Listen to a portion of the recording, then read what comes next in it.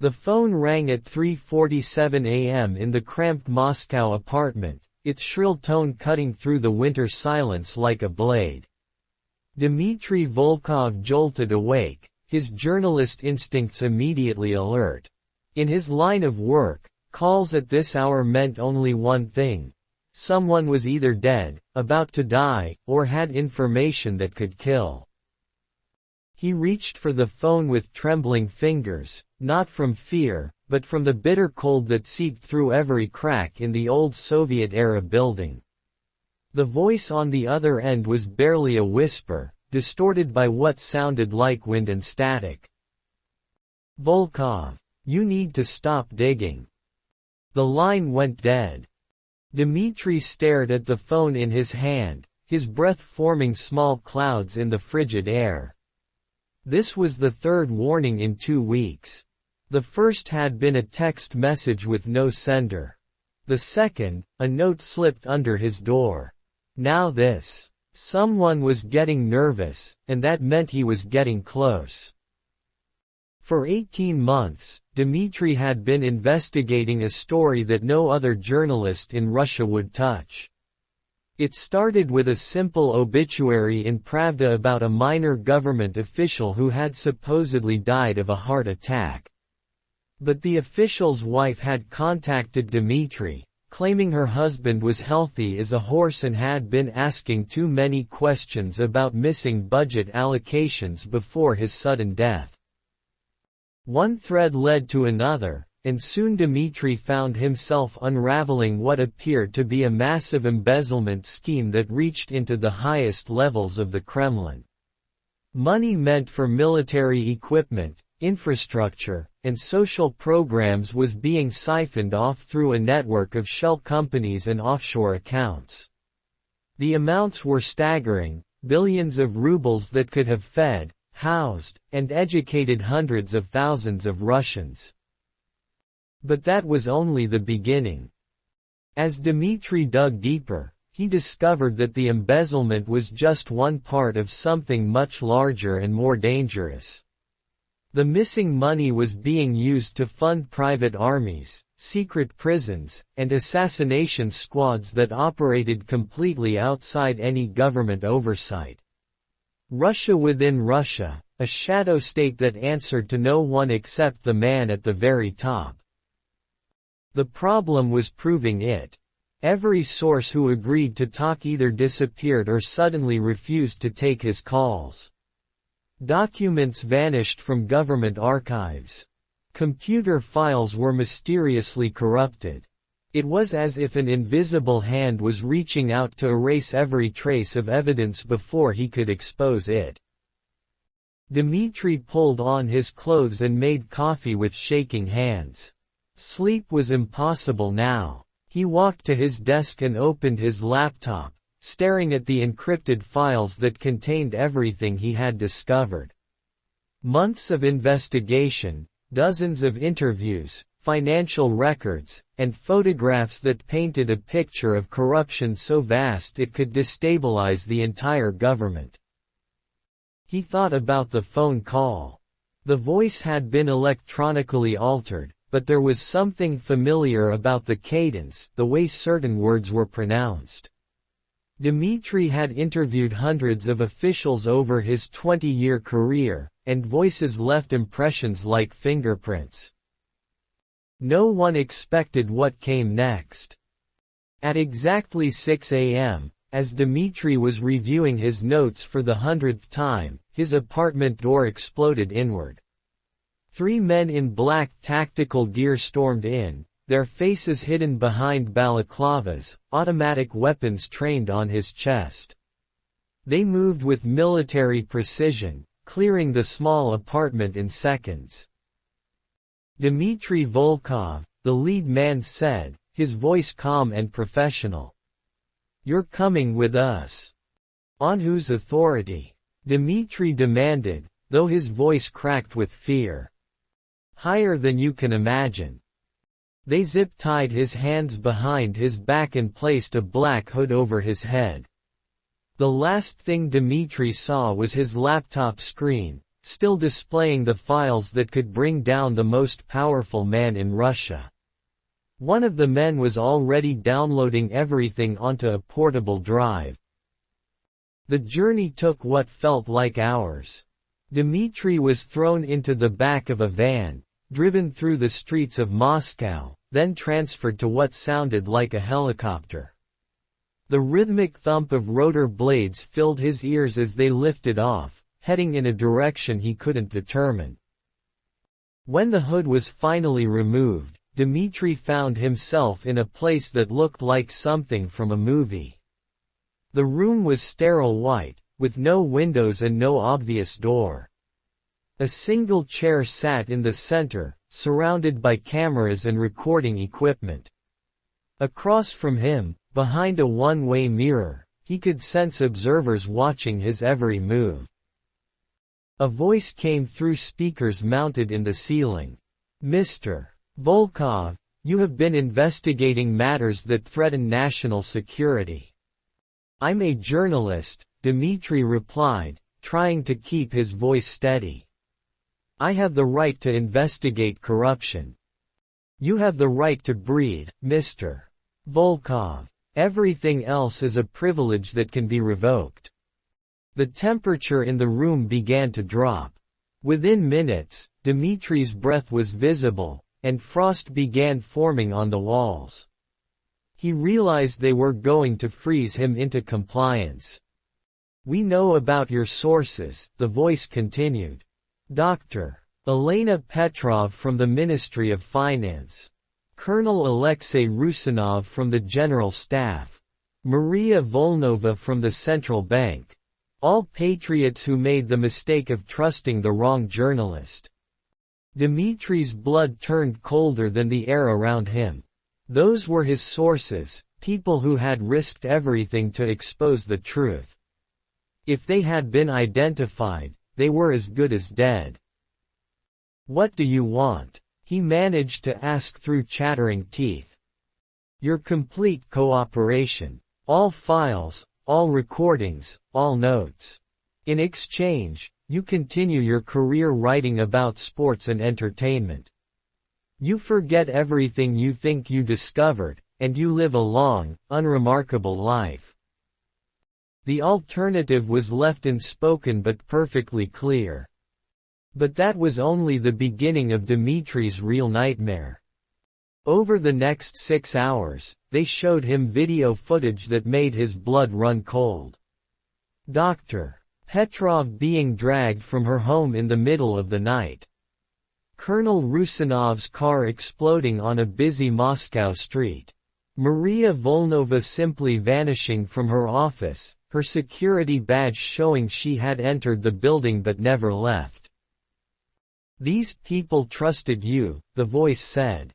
"Their blood is on your hands, Mr. Volkov. How many more will die for your story?" Dmitri closed his eyes, fighting back tears of rage and guilt. He had known the risks when he started this investigation, but he had convinced himself that the truth was worth any price. Now he was seeing that the price was being paid by others. "I need proof of life," he said finally. "Show me they're alive, and I'll consider your offer."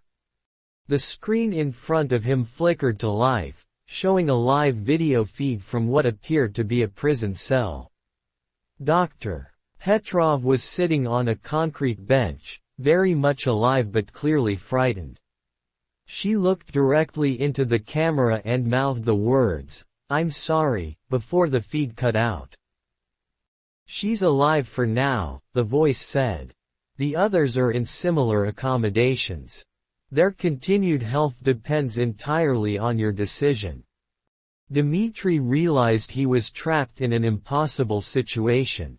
If he published his story, he might expose the massive corruption, but 3 innocent people would die. If he remained silent, the corruption would continue, affecting millions of Russians who deserved better from their government. No one expected what came next. The lights in the room suddenly went out, plunging everything into complete darkness. Emergency lighting kicked in a few seconds later, bathing everything in an eerie red glow. Alarms began blaring throughout the facility.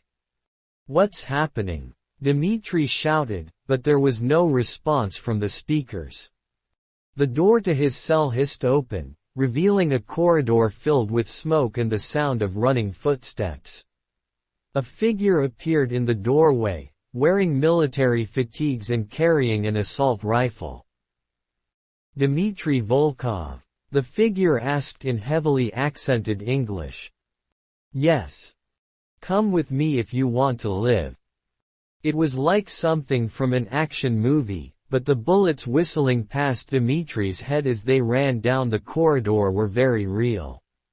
His rescuer moved with professional efficiency, clearing corners and checking for threats as they made their way through what was obviously a large underground facility.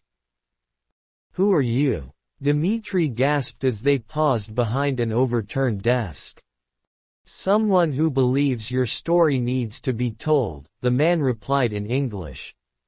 "CIA. We've been tracking this operation for months." They reached what appeared to be a service elevator. As they waited for it to arrive, Dmitri's rescuer handed him a small device that looked like a USB drive. "Everything you lost is on here," the American said. "Plus a lot more we've gathered from our own sources. Bank records, audio recordings, satellite photos. Enough to bring down the entire network."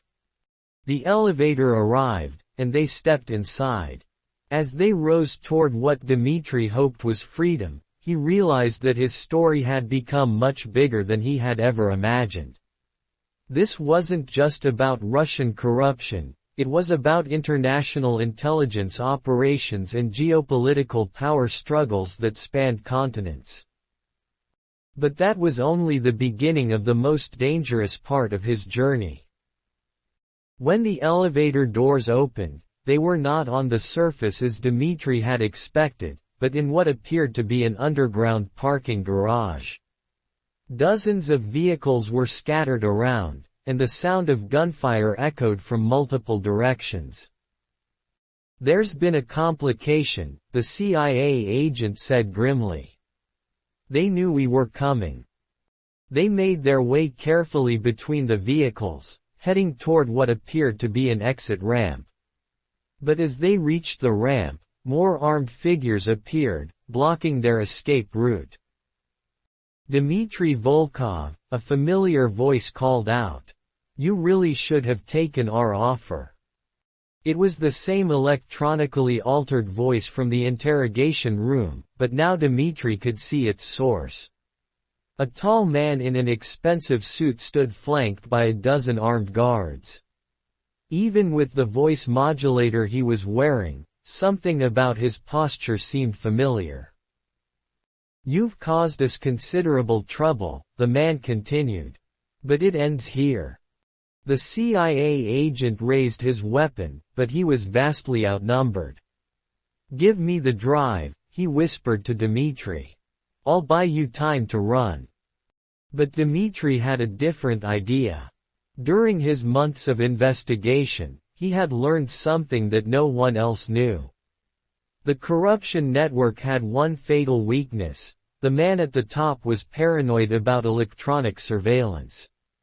He insisted on conducting all his most sensitive business through old-fashioned paper documents and face-to-face meetings. "I know who you are," Dmitri called out to the man in the suit. The figure paused. "Enlighten me." "Deputy Minister Kozlov," Dmitri said. "I recognize your voice, even through the modulator. You're the one who's been stealing billions from the Russian people." For a moment, there was complete silence in the garage. Then Kozlov began to laugh. "You think this is about money?" he said, removing the voice modulator. "You think this is about corruption?" He gestured to his men, who lowered their weapons slightly. "This is about survival, Mr. Volkov. Russia is surrounded by enemies. NATO expansion, American sanctions, Chinese economic pressure. The official government is too weak, too concerned with international opinion to do what needs to be done. So we do it for them. By stealing money meant for hospitals and schools. By creating a shadow infrastructure that can operate when the official government cannot. Private armies that don't appear on any organizational chart. Intelligence networks that don't report to any ministry. Financial resources that can't be frozen by foreign sanctions. Dmitri realized that what he had uncovered was not simple corruption, but a parallel government structure designed to operate in the shadows. It was simultaneously more and less sinister than he had imagined. No one expected what came next. The sound of helicopters filled the air above the garage. But these were not Russian helicopters. The CIA agent grabbed Dmitri's arm and pulled him toward cover as repelling lines dropped through openings in the ceiling. American Special Forces, the agent shouted over the noise. We're getting you out of here. But Kozlov was not finished. As the first soldiers hit the ground, he pulled out a small device that looked like a remote control. If I cannot contain this story, he called out, then there will be no story to tell. He pressed a button on the device, and Dmitri heard a sound that would haunt him for the rest of his life, the whistle of incoming artillery shells. The garage began to collapse as the first shells hit the building above. Concrete and steel rained down as Dmitri was dragged toward one of the helicopters by American soldiers. Through the chaos and smoke, he saw Kozlov and his men disappearing into what appeared to be a hidden tunnel system. As the helicopter lifted off, carrying Dmitri to safety, he looked down at the collapsing building and realized that Kozlov had been willing to destroy an entire city block to silence one journalist. The implications were staggering. But that was only the beginning of Dmitri's fight to tell his story. 3 weeks later, Dmitri sat in a safe house in Berlin, staring at a computer screen.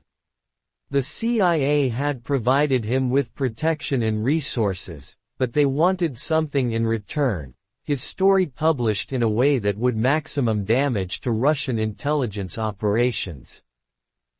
The problem was that Dmitri was no longer sure who to trust. The Americans claimed they wanted to expose corruption and protect democracy, but their motives were clearly geopolitical. They wanted to weaken Russia, not help the Russian people. Meanwhile, messages were still reaching him through encrypted channels. Some claimed to be from Dr. Petrov and his other sources, saying they were safe and urging him to publish the story. Others warned him that publishing anything would result in their deaths. Dmitri spent sleepless nights trying to verify which messages were real and which were disinformation. He analyzed writing styles, checked timestamps, and even hired private investigators to try to confirm the status of his sources. The answers he received were contradictory and confusing. No one expected what came next. On a cold Thursday morning, Dmitri received a visitor at his safe house. The CIA agents who were supposed to be protecting him were nowhere to be seen. Instead, a middle-aged Russian man in a simple business suit sat in his living room, calmly drinking tea. "Mr. Volkov," the man said with a slight smile. "My name is Pavel Dmitriev. I believe we need to talk." Dmitri recognized the name immediately. Dmitriev was one of the most powerful oligarchs in Russia, a man who had survived multiple regime changes by carefully managing his relationships with everyone who mattered. "How did you get past security?" Dmitri asked. "The same way I've survived 30 years in Russian politics," Dmitriev replied. By making myself useful to all sides. He opened a briefcase and removed a thick folder of documents. Your investigation was impressive, but incomplete, he said. The network you discovered is real, but it's not what you think it is. Dmitri explained that what Dmitri had uncovered was actually a contingency plan developed by moderate elements within the Russian security services. They were indeed siphoning money and creating shadow structures, but not for personal gain or to maintain power. They were preparing for the possibility of a complete collapse of the current government. Think about it, Dmitriev said. Russia has experienced revolutionary upheaval multiple times in the past century. The Tsarist regime, the Soviet Union, the chaos of the 1990s. What happens when the current system fails? The shadow network was designed to maintain essential services and prevent complete anarchy during a transition period. The private armies were meant to maintain order when regular forces might be unreliable. The offshore accounts were meant to ensure that critical infrastructure could continue operating even if the official government lost access to its resources. So you're saying they're patriots, not criminals? Dmitri asked skeptically. I'm saying the situation is more complex than your investigation revealed. Yes, there has been corruption and abuse. But the underlying purpose is to prevent Russia from collapsing into chaos. Dmitriev handed him another set of documents. These showed a different pattern of financial transactions, one that painted some of the same people in a very different light. But that was only the beginning of the most crucial decision Dmitri would ever make. As he studied the new documents, Dmitri realized that both versions of the story could be true simultaneously. The same network that was stealing money from social programs was also preparing to maintain those programs if the government fell.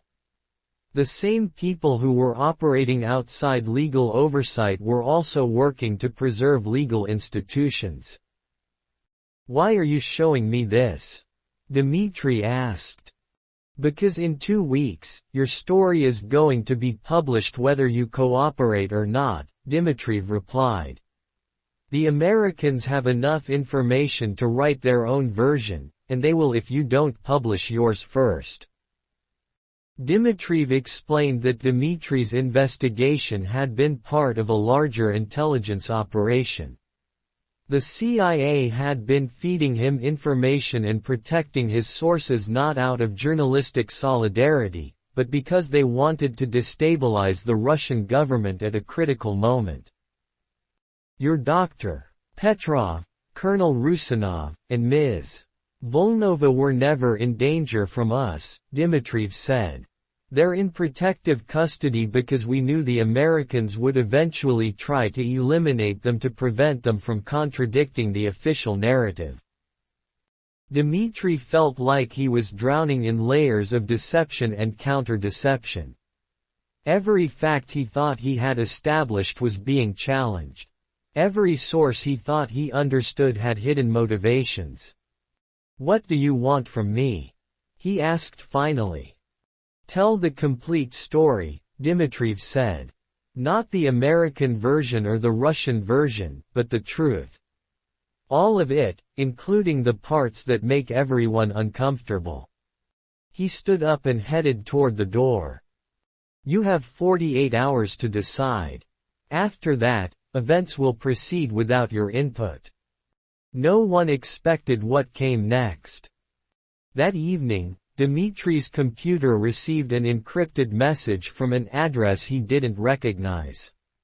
When he decoded it, he found video files that made everything clear and infinitely more complicated at the same time.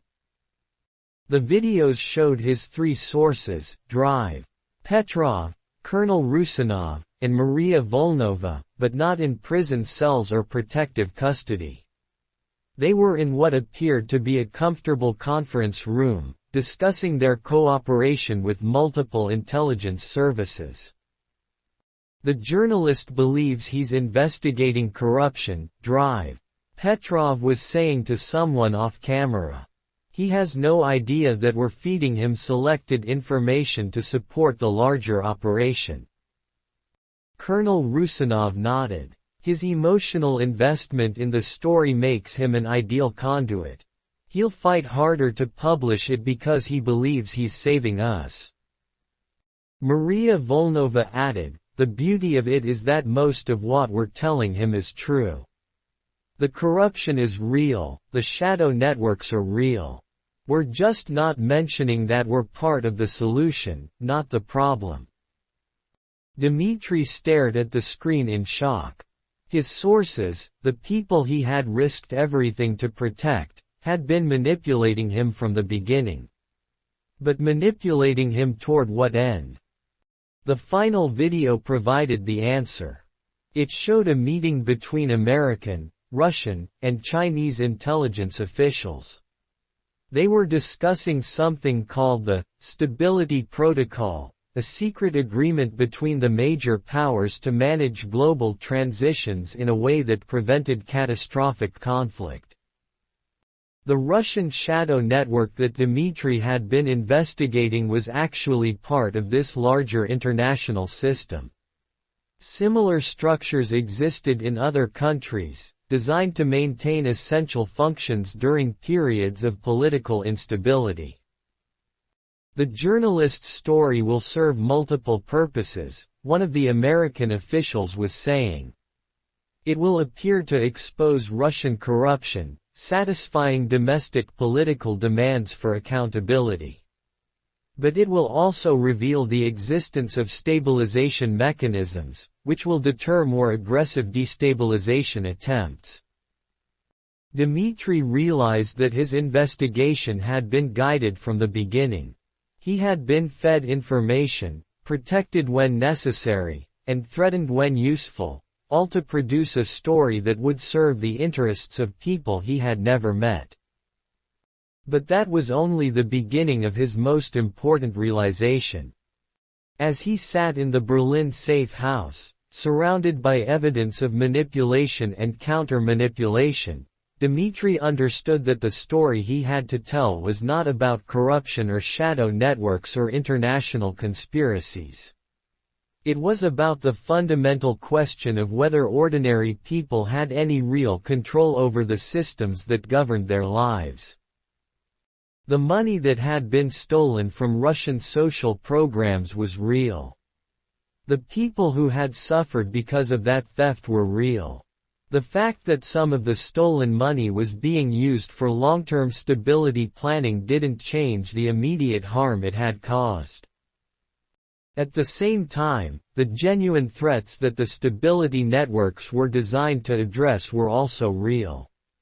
Russia had experienced multiple collapses in living memory, and the human cost of chaos was always paid by the most vulnerable. Dmitri spent the next 24 hours writing two versions of his story. The first was the version that his handlers expected, focusing on the corruption and international intrigue.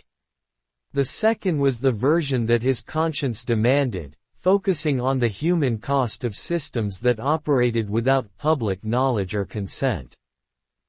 No one expected what came next.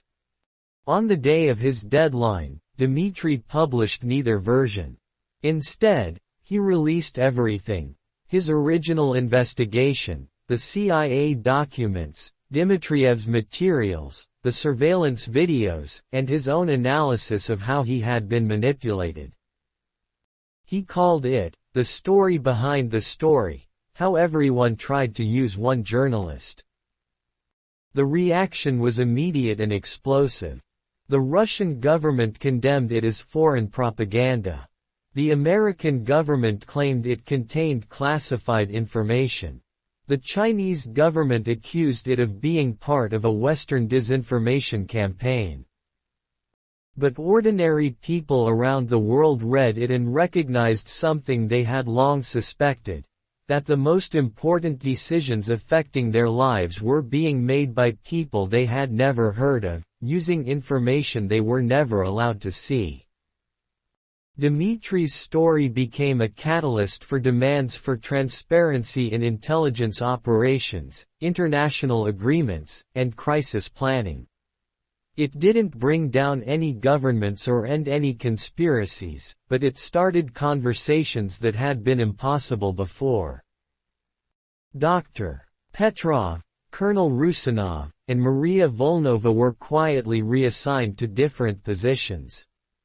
Pavel Dmitriev disappeared from public view.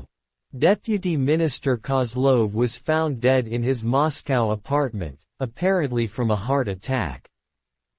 The shadow networks continued to operate, but with more oversight and accountability.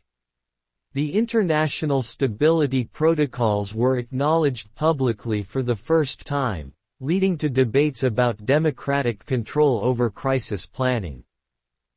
Dmitri returned to Moscow 6 months later, under an amnesty agreement that no one would explain publicly.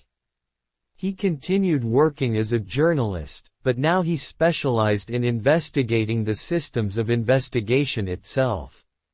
He wrote about how information was collected, analyzed, and disseminated.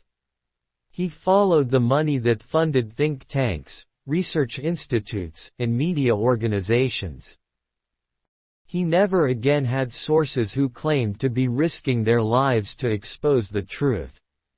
Instead, he had sources who openly acknowledged their institutional affiliations and political motivations. It made for less dramatic stories, but more honest ones. 3 years after his original investigation began, Dmitri received a final message from an encrypted account. It contained a single sentence: "Thank you for choosing the harder truth." He never found out who sent it, and he never tried to. Some mysteries were better left unsolved. On winter evenings in his Moscow apartment, Dmitri would sometimes think about the phone call that had started everything. The voice telling him to stop digging. He wondered if it had been a genuine threat or just another form of manipulation, designed to make him dig deeper. In the end, it didn't matter. The story he had told was the one that needed telling, regardless of who had wanted it told or why. That was the only truth he could be certain of in a world where every fact could be a weapon and every source could be a handler. The Russian people deserved to know how their country was really governed. They deserved to understand the trade-offs between security and transparency, between stability and democracy. They deserved to make informed decisions about what kind of society they wanted to live in. That was the story Dmitri Volkov had tried to tell, and in the end, it was the story that could not be silenced, no matter how many people wanted to control it. If you enjoyed it, please like, share, and subscribe to FictionWire Russia. This is a fictional story created purely for entertainment.